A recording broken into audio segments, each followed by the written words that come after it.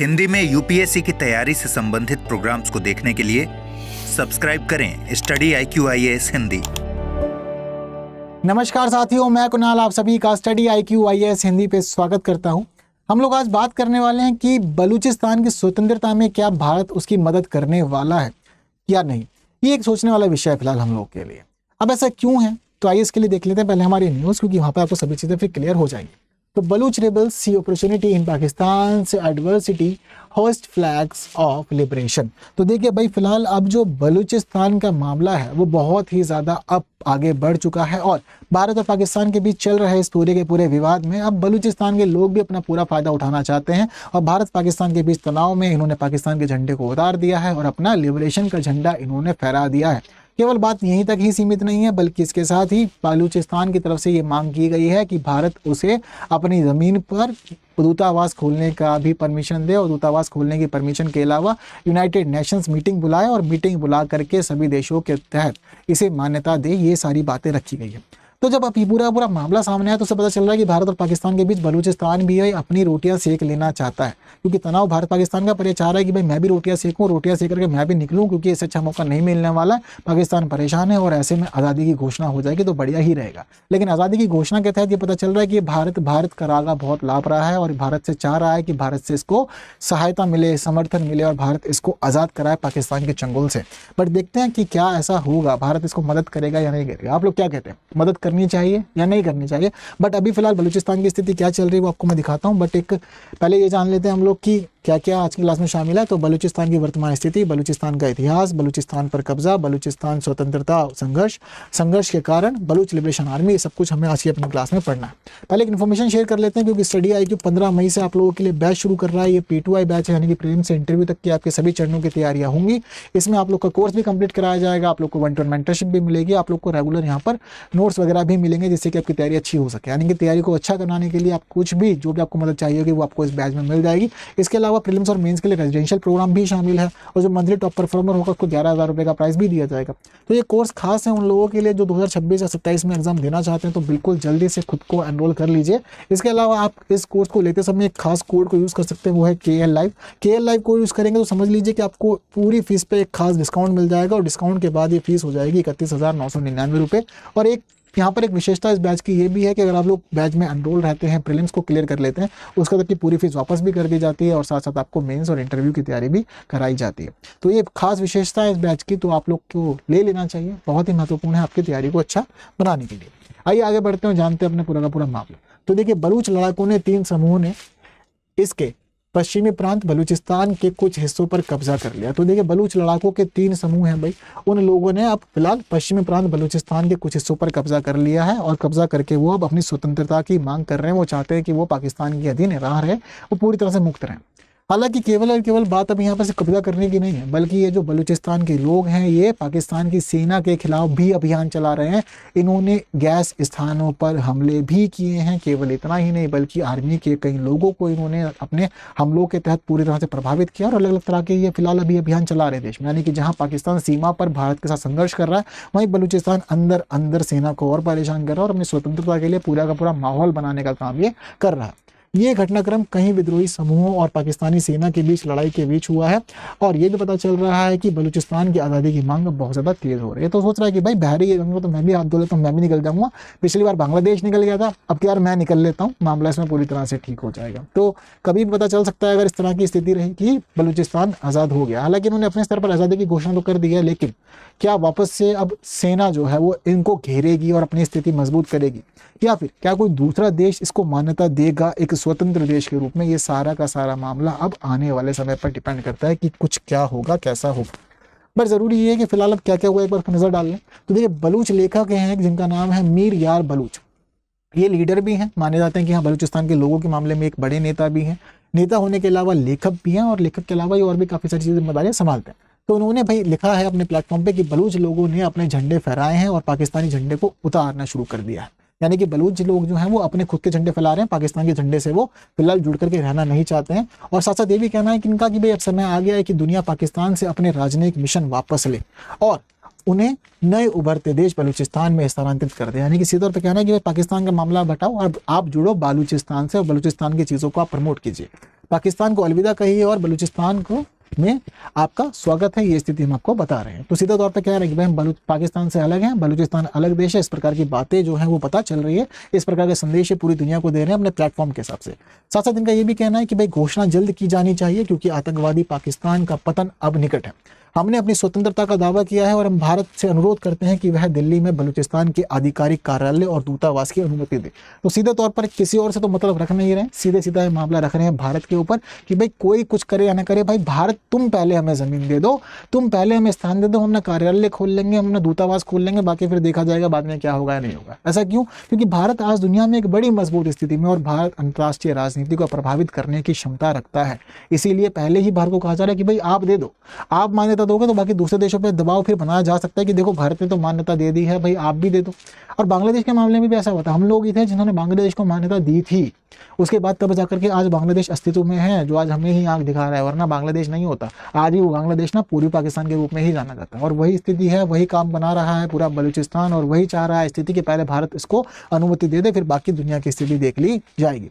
संयुक्त राष्ट्र से बलूचिस्तान में शांति रक्षक बल भेजने के लिए कहा जा रहा है और पाकिस्तान की सेना को क्षेत्र छोड़ने के लिए आग्रह करने के लिए भी कहा जा रहा है। यूएन से कह रहे हैं कि भाई आप अपनी शांति सेना भेजो हम लोग की सुरक्षा के लिए और हम लोग एक अलग देश के रूप में आगे बढ़ना चाहते हैं, और वहीं आप हमारे यहाँ के लिए आप आदेश दीजिए कि पाकिस्तान की सेना यहाँ से हट जाए।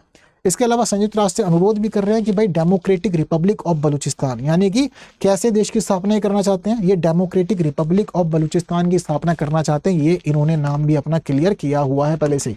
ये कह रहे हैं यूएन से कि भाई आप डेमोक्रेटिक रिपब्लिक ऑफ बलूचिस्तान की स्वतंत्रता को मान्यता दो और सभी सदस्य देशों को बैठक बुलाओ, यानी कि सभी सदस्य देशों को बैठक में बुलाओ, वहाँ फाइनल करो और साफ तौर पर कह दो कि ठीक है जी, अब मामला जो है वो पूरी तरह से कैसा हो गया हमारा, वो मामला पूरी तरह से ऐसा है कि बलूचिस्तान एक नया देश बन गया है जो डेमोक्रेटिक रिपब्लिक ऑफ बलूचिस्तान के रूप में जाना जाएगा। तो यूएन से भी मदद मांग रहे हैं और भारत से भी मदद मांग रहे हैं, ये पूरी की पूरी स्थिति इनकी चल रही है। बट ऐसा क्यों? मन में प्रश्न आते हैं बहुत बार कि क्यों बलूचिस्तान पाकिस्तान में शामिल होने के बाद भी उससे आज़ाद होने के लिए झटपटाता रहता है, अलग अलग गतिविधियां करता रहता है। बलूचिस्तान से जुड़ी हुई बलूच लिबरेशन आर्मी पाकिस्तान की सेना पर हमला करती है, सरकार को प्रभावित करने का काम करती है और कुछ ना कुछ दिक्कतें देती रहती है, अलग अलग ऑपरेशन इनके चलते रहते हैं। ये सब काम क्यों और क्या ये चाहते हैं, क्या है इनसे जुड़ा हुआ पूरा मामला? आइए आगे बढ़ते हैं और आगे बढ़ते हैं हम लोग सभी चीज़ें आप लोग को क्लियर भी करते हैं। तो देखिए कुछ इस प्रकार की स्थिति फिलहाल ये अपने प्लेटफॉर्म पे शेयर कर रहे हैं और दिखा रहे हैं भारत के साथ अपने जुड़ाव को। यहाँ पर हमें ये भी क्लियर हो रहा है, तो इस प्रकार की फोटो शेयर कर रहे हैं भारत के झंडे के साथ बलूचिस्तान का झंडा ये दिखा रहे हैं कि भाई कैसा रहने वाला है।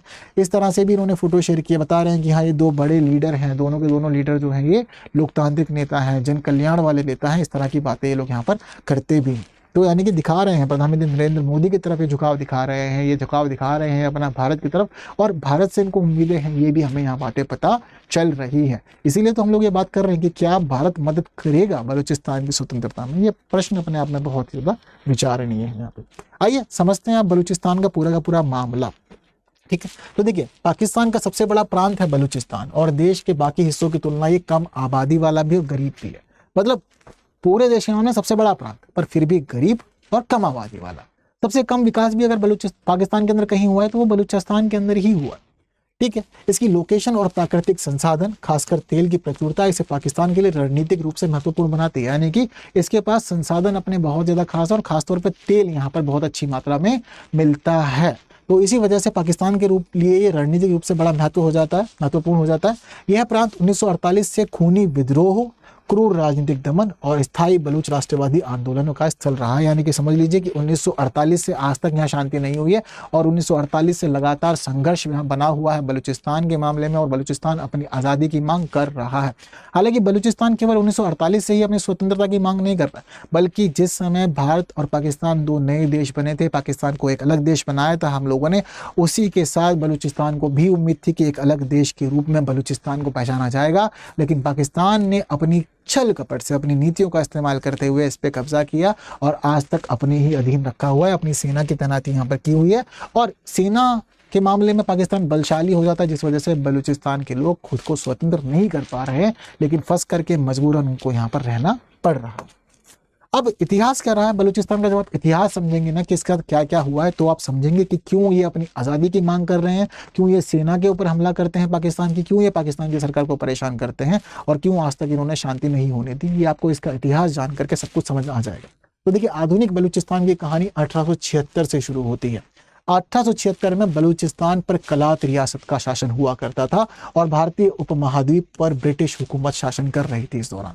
तो ब्रिटिश हुकूमत जिस समय थी, जिस समय हम लोग कॉलोनियल पीरियड में थे, औपनिवेशिक शासन में थे, उस समय बलूचिस्तान का मामला क्या था, कलात रियासत का मामला था। ये 1876 से कहानी में पता चल रही है। इस दौरान अंग्रेजी सरकार ने कलात के साथ में एक संधि की थी, और कलात के साथ जो संधि की थी, उस संधि के अंदर हमें पता चलता है कि सारा मामला था प्रोटेक्टोरेट स्टेट का। कैसा था? Protectorate state. जब कभी भी प्रोटेक्टोरेट स्टेट बनता है तो क्या होता है, तो देखो, प्रोटेक्टोरेट स्टेट की संधि ही भूटान के साथ भी हुई थी और सिक्किम के साथ में भी हुई थी, और वही काम इन्होंने किया था अपने इस कलात के साथ में। ठीक है, यानी कि अपने सिक्किम के साथ भी इन्होंने ये काम किया, भूटान के साथ भी किया, और अपना ये जो इनका बलूचिस्तान था उस समय, इसको कलात के रूप में जाना जाता है, तो इसके साथ में भी इन्होंने प्रोटेक्टोरेट स्टेट की ही संधि की। अब इस संधि का मतलब क्या है, यानी कि प्रोटेक्टोरेट स्टेट क्यों बना रहा है यहाँ पर अंग्रेज इन अलग अलग भूमियों को। तो देखिए, जब कभी भी किसी भी देश के मामले में या किसी भी उस समय मतलब ये सभी रियासत हुआ करती थी, तो प्रोटेक्टोरेट स्टेट को कहा दिया जाता था। तो उसका मतलब ये हुआ करता था कि आप केवल अपने आंतरिक निर्णय ही खुद से लेंगे। ठीक है, हम सभी लोग पढ़ते थे ना कि भाई यहाँ किस प्रकार से भाई लॉर्ड वेलेस्ली आया, लॉर्ड डलहौजी आया, इन्होंने अपनी राज्य हड़प की नीति आगे बढ़ाई। तो ठीक उसी प्रकार की नीति थी, जहाँ पर इनके पास स्थिति ये बनती थी कि देखिए, आपके राज्य को हम पूरी तरह से हड़प नहीं रहे, यानी कि पूरा कब्जा नहीं होगा, आप आंतरिक मामले खुद संभालिए, लेकिन आपके जो सैन्य मामले होंगे, जो विदेशी मामले होंगे, वो ब्रिटिश सरकार रखेगी। तो इस प्रकार की ये सहायक संधि के ही रूप था एक, जिसको प्रोटेक्टोरेट स्टेट के रूप में हम लोग यहाँ पर पढ़ रहे हैं। ठीक है, अब प्रोटेक्टोरेट स्टेट के रूप में चलता रहा, कब तक चलता रहेगा? स्वतंत्रता तक।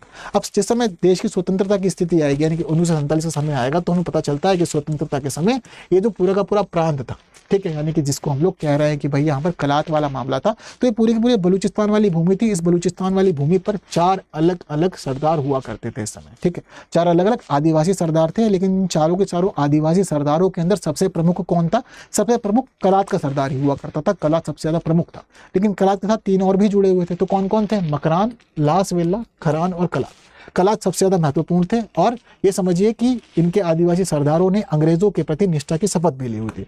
अब देखिए, हम लोग अगर बात करें कि स्वतंत्रता के समय किस प्रकार का मानचित्र दिखता था इस जगह का, तो देखिए, ये वो जगह है जिसको हम लोग आज के समय में बलूचिस्तान कहते हैं।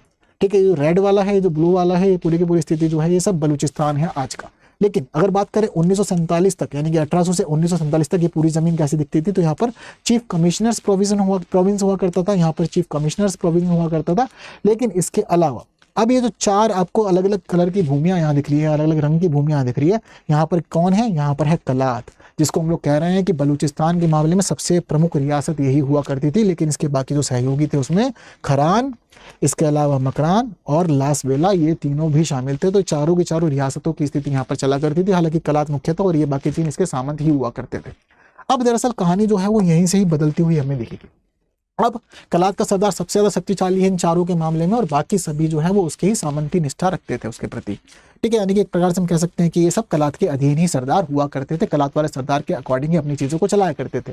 लेकिन जिस समय अंग्रेजी लोग यहाँ से वापस जाने लगे, इस पूरे के पूरे स्थान में स्वतंत्रता के बीज उगने लगे, यानी कि बीज बोए जाने लगे, वृक्ष उगने लगे स्वतंत्रता के। तो अब हमें यहाँ पर यह पता चलता है कि कलात के जो अंतिम खान थे, जिनका नाम था अहमद यार खान, तो अहमद यार खान ने क्या किया कि इनको ये उम्मीद थी कि भाई अब भारत आज़ाद हुआ है अंग्रेजों से, पाकिस्तान चलो एक अलग देश बन गया, तो इनको ये उम्मीद थी कि बलूचिस्तान भी अंग्रेजों के चंगुल से आज़ाद हो जाएगा, और अंग्रेजों के चंगुल से आज़ाद होकर के बलूचिस्तान भी एक अलग देश के रूप में स्थापित होकर पूरी दुनिया में बलूचिस्तान की एक अलग पहचान बनेगी।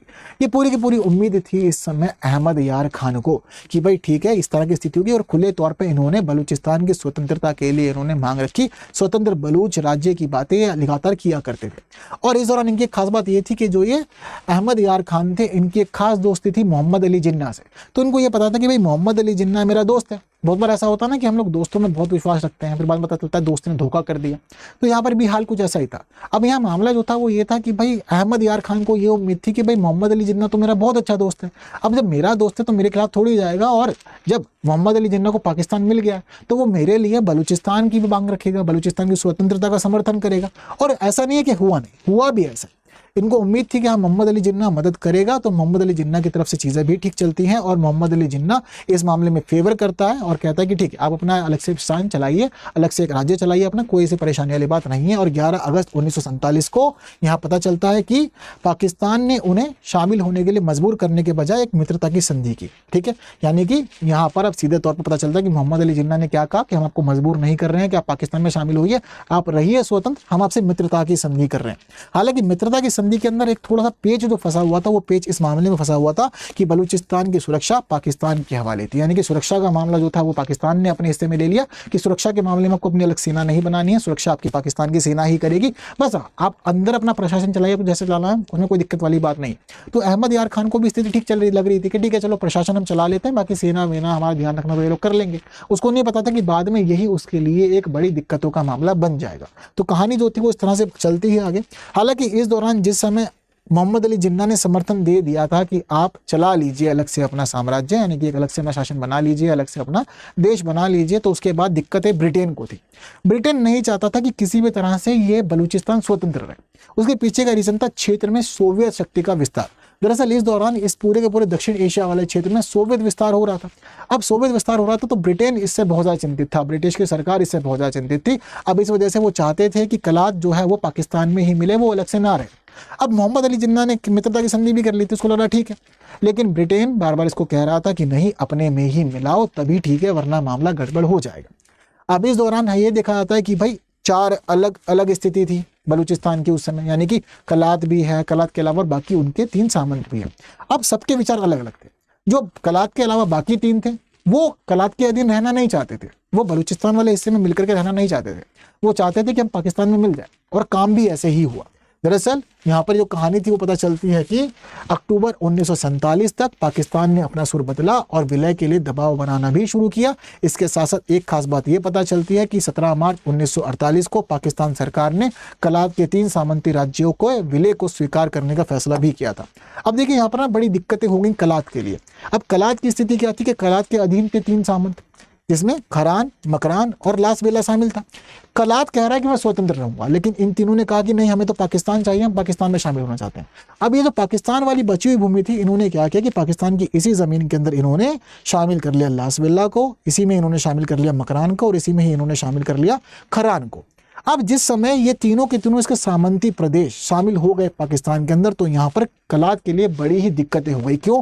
क्योंकि फिर कलात सभी तरफ से घिर गया था पाकिस्तान की ज़मीन से, और पूरे के पूरी पाकिस्तान की ज़मीन के मामले में बीच में बस अपनी स्थिति को संभाल रहा था और अपनी स्वतंत्रता के लिए मांग कर रहा था, अपनी स्वतंत्रता की बात को प्रोत्साहित कर रहा था। सब तरफ से जमीन से घिर चुका है, नहीं पाकिस्तान की जमीन से सब तरफ से घिर चुका ये छोटा सा प्रदेश, ये छोटा सा हिस्सा अपने लिए अब ये दिक्कतों में था। उसको पता था कि परेशानियां बहुत ज़्यादा मुझे हो सकती हैं, और कलात पूरी तरह से भूमि से घिर गया और उसका आधे से भी कम भूभाग बचाता है, यानी कि जो भूभाग पहले उसके पास था इन चारों को मिला करके बनता था, उसके मामले में अब आधे से भी कम की स्थिति इसके पास अब बची थी। तो दिक्कतें और भी ज़्यादा थी। अब इसी का क्या हुआ कि ऑल इंडिया रेडियो पर एक खबर जो थी वो खबर ये चलने लगी कि कलात भारत में मिलना चाहता है।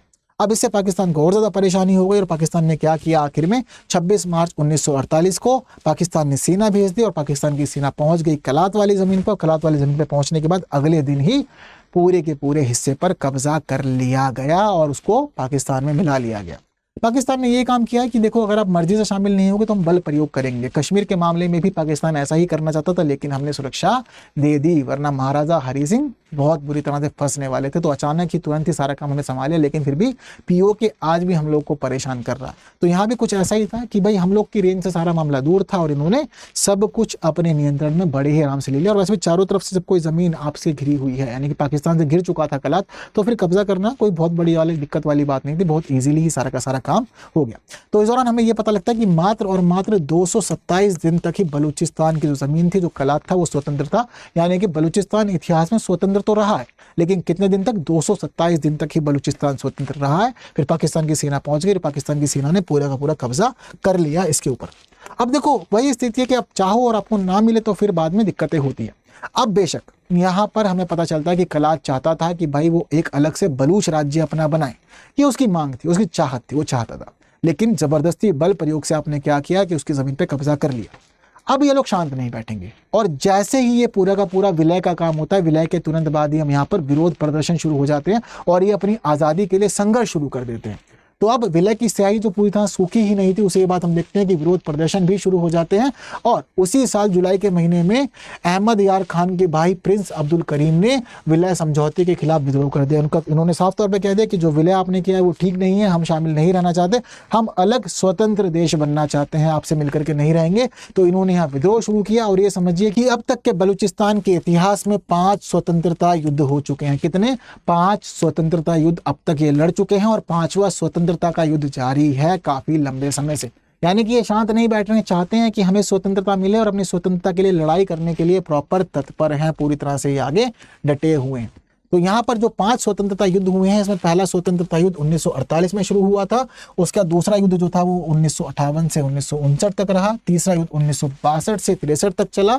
फिर उसके बाद चौथा संघर्ष जो था वो 1973 से 77 तक रहा। तो 4 बार के जो संघर्ष थे वो उन्होंने इस प्रकार चलाए, लेकिन हर बार पाकिस्तान की सेना इनको दबा दिया करती थी, इनकी चीज़ों को शांत कर दिया करती थी। फिर कुछ समय के बाद इनको लगता था कि मजबूत स्थिति में, तो फिर दोबारा चीज़ों को अपने खड़े कर लिया करते थे।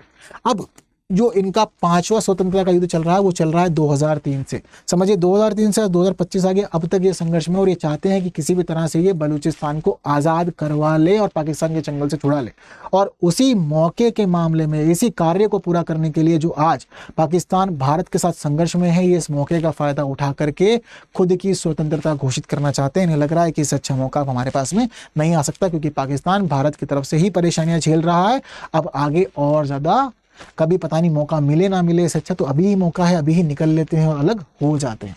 हालांकि जितने भी विद्रोह हुए हैं उन सभी विद्रोहों को क्रूरता से दबाया है पाकिस्तान की सेना ने, और पाकिस्तान की सेना के ऊपर अत्याचार, अपहरण, यातना और मनमाने ढंग से गिरफ्तारी और फांसी की रिपोर्ट भी दर्ज हो रखी है बहुत ज़्यादा। यानी कि मनमाने तरीके से पाकिस्तान की सेना सारे के सारे काम करती है। ये समझिए कि 2011 में एमनेस्टी इंटरनेशनल ने भी एक रिपोर्ट प्रकाशित की थी, जिसमें पाकिस्तानी सेना की मार डालो और फेंक दो की रणनीति के बारे में इसके बताया था। यहाँ पर बताया गया था एमनेस्टी इंटरनेशनल के द्वारा कि जिससे कर्मी जो भी वर्दी में रहा करते थे वो कार्यकर्ताओं, शिक्षकों, पत्रकारों और वकीलों को उठाया करते थे और उसके बाद प्रताड़ित करते थे, उन्हें गोली से मार देते थे और फिर शवों को फेंक दिया करते थे। ये मारो और फेंक दो की नीति अपनाई है पाकिस्तान की सेना ने बलूचिस्तान के लोगों के खिलाफ। तो इस प्रकार के संघर्ष का, इस प्रकार की समस्या का सामना अब तक करते हुए आ रहे हैं ये लोग। तो बलूच राष्ट्रवादियों और निर्दोष नागरिकों के कारण हताहत हुए लोगों की सटीक संख्या आज तक नहीं पता है, लेकिन रूढ़िवादी अनुमान कहता है कि 1948 से अब तक कई हजार लोगों की जानें जा चुकी है संघर्ष के अंदर। हालांकि NGO voice for Baloch missing persons के द्वारा ये बताया गया है कि 2001 से 2017 के बीच की अवधि में 5228 बलूच लोग लापता हो चुके हैं अब तक। तो एक बड़े स्तर पर अभियान चला रही है पाकिस्तानी सेना बलूचिस्तान के लोगों की आवाज़ को दबाने के लिए, और इसी तरह से ये लगातार अभियान कर रही है और कभी भी उठने नहीं देती है, चाहे भले ही कितने भी संघर्ष हो जाए। हालांकि आज के समय में जो बलूच लिबरेशन आर्मी है वो अलग अलग जगह पर धमाके कर रही है, वो हमले कर रही है, लेकिन उसके बावजूद पाकिस्तान इसको खुद से अलग करने की नीति ना तो कभी सोचता है, ना ही विचार उसके मन में कभी आता है। अब यहाँ पर एक बात तो हमें पता चल गई कि भाई इनको स्वतंत्रता चाहिए, आज़ादी चाहिए, ये बड़ा कारण है पाकिस्तान से अलग होने की मांग का। लेकिन इसके अलावा और भी क्या कारण है? देखो और भी कारण है। इसका जो दूसरा कारण है वो जातीय अंतर। जातीय अंतर क्यों है? क्योंकि जो बलूचिस्तान के लोग हैं वो भाई जनजातीय समुदाय के लोग थे, ठीक है। अब वो जनजातीय समुदाय के लोग थे तो वो कहते थे कि पाकिस्तान आपने बनाया था धर्म के आधार पर, लेकिन हम लोग अलग हैं। और ये कहते हैं कि हमारा इतिहास अलग है, हमारी भाषा अलग है, हमारी संस्कृति अलग है, और ये कहते हैं कि हम पंजाबियों से भी अलग हैं और हम सिंधियों से भी अलग हैं, हम दोनों में से किसी से भी मिलते नहीं हैं। ना तो हम पंजाब में जुड़ सकते हैं, ना हम सिंध में जुड़ सकते हैं, हम इन लोगों से अलग है पूरी तरह से। तो इनका कहना है कि संस्कृति अलग है, हमें जबरदस्ती मत जोड़ो अपने साथ में, ठीक है। इसके अलावा जातीय मतभेदों को बढ़ाने वाली वजह बलूच लोगों की गहरी आर्थिक और राजनीतिक शिकायतें भी हैं। अब दरअसल स्थिति क्या है कि बलूचिस्तान एक महत्वपूर्ण स्थान है, आपको मैंने बताया संसाधनों के मामले में, लेकिन पाकिस्तान इनके साथ पूरी तरह सौतेला व्यवहार करता है। ना तो इन लोगों को नौकरी ठीक से मिलती है, ना ही इन लोगों को काम पे रखा जाता है, और ना ही इन लोगों के आर्थिक विकास की सोची जाती है, ना ही यहाँ पर कोई भी खास आर्थिक विकास के परियोजनाओं को लागू किया जाता है। इसके अलावा जो बलूचिस्तान के संसाधन है उन प्राकृतिक संसाधनों का बड़े स्तर पर दोहन भी कर रहा है पाकिस्तान, और ये भी पता चल रहा है कि उसका दोहन करने के साथ साथ बलूचिस्तान के लोगों को कोई भी फायदा नहीं मिल रहा है। इससे भी बलूचिस्तान के लोग बहुत ज़्यादा परेशान हैं। इनका साफ कहना है कि भाई आप लोग अपने विकास के लिए हमारे संसाधनों को नुकसान पहुंचा रहे हो, दोहन कर रहे हो, और आने वाले समय में हम लोगों के लिए कुछ रहेगा नहीं, और ना तो हमारा विकास हो रहा है, ना ही हमें कोई लाभ मिल रहा है। तो ये भी एक बड़ा कारण बना हुआ है जिस वजह से पाकिस्तान की सेना के खिलाफ ये लगातार विद्रोह करते हुए आ रहे हैं, और आज तक स्थिति ऐसी ही चल रही है। ये पूरा का पूरा काम आज के समय में संभाल रखा है बलूच लिबरेशन आर्मी में। ये समझिए कि जितने भी बलूचिस्तान की मांग करने वाले संगठन है, यानी कि स्वतंत्र बलूचिस्तान की मांग वाले जो संगठन है, उनमें सबसे प्रमुख नाम आता है बलूच लिबरेशन आर्मी का। तो इसकी प्रमुख मांग पाकिस्तान से अलग होकर बलूचिस्तान देश का गठन करना है। बलूचिस्तान की आज़ादी की मांग करने वाले कई संगठन हैं और इसमें बलूच लिबरेशन आर्मी सबसे ज़्यादा ताकतवर मानी जाती है। ये संगठन 70 के दशक से अस्तित्व में आया था और 21वीं सदी में प्रभाव इसका बढ़ गया बहुत ज़्यादा। उनका मानना है कि बलूचिस्तान के संसाधनों पर उनका ही हक है, तो बाहर के लोग इस्तेमाल कर रहे हैं, तो चाइना वाले लोगों पर भी कई बार ये हमला कर देते हैं। चाइना के कई इंजीनियर भी इन लोगों ने मार दिए। पाकिस्तान सरकार ने बलूच लिबरेशन आर्मी को 2007 में आतंकी संगठनों की सूची में शामिल किया था। मतलब सोचने वाली बात है कि जिस देश की ज़मीन पर आतंकवादी खुले तौर पर रहते हैं, ट्रेनिंग देते, सारा काम करते हैं, वो जो देश अपनी स्वतंत्रता की मांग कर रहा है, खुद की अलग होने की बात कर रहा है, उसके ही संगठन को वो आतंकवादी घोषित कर दे रहा है। ये उसकी नीति रही है। तो इस प्रकार का काम जो है वो बलूचिस्तान की लिबरेशन आर्मी संभाल रही है। तो ये मुख्य संगठन है आज के समय में जो बलूचिस्तान की स्वतंत्रता की बात करता है। तो ये पूरी की पूरी कहानी है बलूचिस्तान की। तो आज वर्तमान में क्या मांगे हैं बलूचिस्तान की, वो हम आप लोग को पता चल गई है। कैसी कैसी स्थिति सामने आई है, कैसे झंडा फहराया इन्होंने, भारत से क्या कह रहे हैं, यूएन से क्या कह रहे हैं, वो सब भी पता चल गया। अब ऐसी स्थिति में क्या भारत समर्थन करेगा बलूचिस्तान की स्वतंत्रता का और उसे मदद देगा?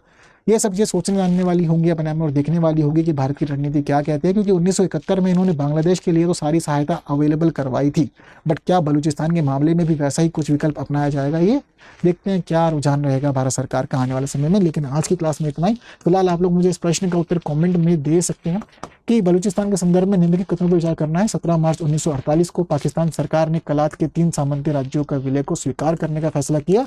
यह 277 दिनों तक ही आज़ाद रहा था। तो बताइए कौन सा ऐसे सही है? केवल एक, केवल दो, एक और दो, दोनों, ना तो एक ना ही दो। तो वीडियो इन्फॉर्मेटिव है, इसलिए बाकी सब तक शेयर जरूर करना है। जिन्होंने लाइक नहीं किया, लाइक के बिना कोई नहीं जाएगा। बाकी स्टडी IQ IAS हिंदी हमारा मेन प्लेटफॉर्म है, जहाँ मिलते हैं, बट हम मिल सकते हैं टेलीग्राम, इंस्टा, फेसबुक और एक्स पे। और इस QR को स्कैन करके आप लोग पहुंच सकते हैं सीधा मेरे टेलीग्राम चैनल पे, जहाँ आप लोग फाइल्स वगैरह को शेयर करते हैं और बहुत डिस्कशन वगैरह हमारा होता है। ठीक है, तो बस आज की क्लास में इतना ही। बाकी वीडियो को शेयर करना ना भूलें, लाइक के बिना कोई नहीं जाएगा। बाकी की बातें होंगी आने वाली और क्लासेस में। तब तक आप बने रहें ऐसी इन्फॉर्मेटिव वीडियो देखने के लिए स्टडी IQ IAS हिंदी पर। और फिर मुलाकात होगी अगली वीडियो में। तब तक के लिए दीजिए मुझे विदा। Thank you so much. जय हिंद। हिंदी में UPSC की तैयारी से संबंधित प्रोग्राम्स को देखने के लिए सब्सक्राइब करें स्टडी IQ IAS हिंदी।